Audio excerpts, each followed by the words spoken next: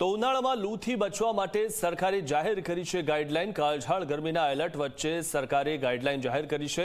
હીટવેવના સમયે બપોરે બહાર નીકળવાનું ટાળવા માટેનું સૂચન કરવામાં આવ્યું છે। પ્રવાહીનું સેવન વધારવાની પણ સૂચના આપવામાં આવી છે। ત્યારે બજારમાં મળતા ખુલ્લા વાસી ખોરાક, બરફનું સેવન ટાળવાની પણ સલાહ આપવામાં આવી છે। લૂ કે હીટસ્ટ્રોકના લક્ષણો જણાય તો તબીબી સલાહ લેવાની પણ સૂચના આપવામાં આવી છે।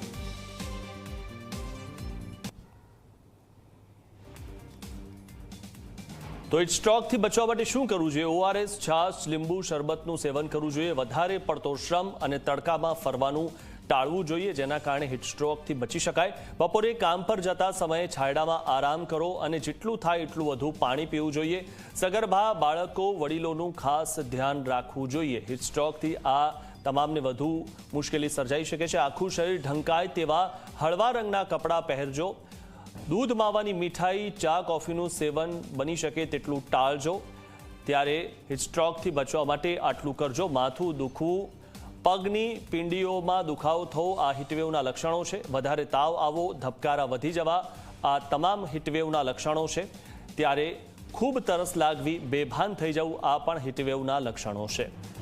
તો ઉલટી થવી અને ઉબકા આવવા આ પણ હીટવેવના લક્ષણો હોઈ શકે છે। ત્યારે ચક્કર અને આંખે અંધારા આવવા એ પણ હીટવેવના લક્ષણો છે। ત્યારે તેનાથી બચવું જોઈએ। બેભાન થવું કે ખેંચ આવી તે પણ હીટવેવના લક્ષણો છે। જેમ જેમ ગરમી વધી રહી છે તેમ તેમ હીટવેવના કારણે મુશ્કેલી સર્જાઈ શકે છે।